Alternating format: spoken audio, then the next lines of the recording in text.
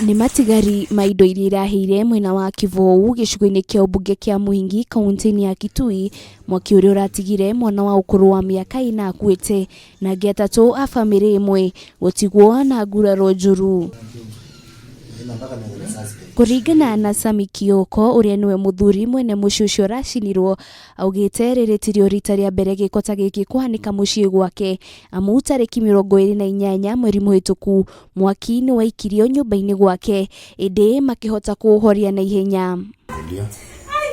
Kaenda hospitali, bibi akatibiwa alikuwa amechomeka mguu.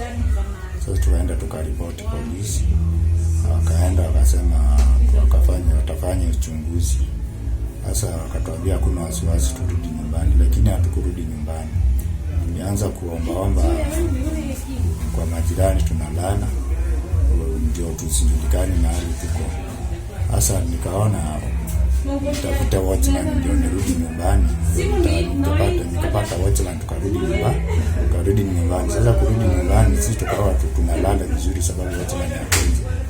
Sasa jana ndio sasa walikuja tena, watchman sijui alikuwa pande gani. Kioko arauga we na family yake maraikarana haho, akiuga arekuira ni mundu wa family yao urenda korwo atari wikaro-ini ucio. Hiyo ni familia sababu kuna mtu mwingine tunakosana naye ama tumekosana naye, lakini nikiangalia na ile maneno naambiwa na watu ni kama kuna mtu wa familia hataki niwe pale, sisi tunakosania nini naye na kuna kitu tunadaiana. Riu andu itura riri ni moretie thirikari gwika mituki na gwikia ngono atabania ngero ino amwe nao maraikara na wagagu.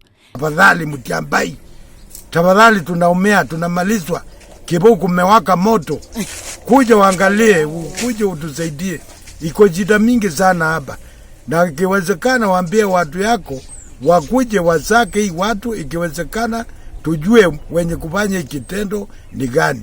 Ikiwe kama hatusaidia tutachukua sheria mikononi. Sisi hatujui ni kazi gani inafanyika. Kwa vile safari ya mbele alichomwa, hii nyingine amechomwa. Na hakuna mtu amepatikana. Girifotera Kameme TV, retorokano wa njuru wa foro.